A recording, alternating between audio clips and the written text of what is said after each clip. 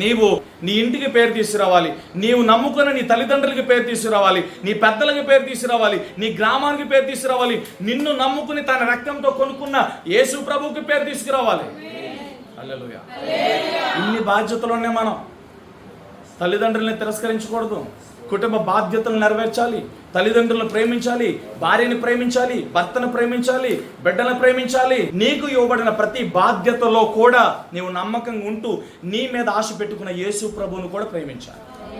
ఎందుకంటే ఆయన లేకపోతే మనం లేం, ఆయన లేకపోతే మన సిలువ మనం మోసుకోవాలి, మన మేకులు మన చేతుల్లో దిగాలి, అందరు నోర్లలో నుంచి వచ్చే ఉమ్ము మన ముఖం మీద పడాలి. నీకు బదులుగా నాకు బదులుగా ఆయన వేలాడాడు. నీవు నేను పొందాల్సిన శిక్ష, అవమానము, త్యాగం అంతా కూడా ఆయన చేశాడు. కనుకనే ఆయనను బట్టి మనం బ్రతుకుతున్నాం ఈరోజు. యేసు అనే జీవం మనలోనికి రాకపోతే, యేసు అనే నిత్య వెలుగు మన జీవితంలోనికి రాకపోతే మనం లేము.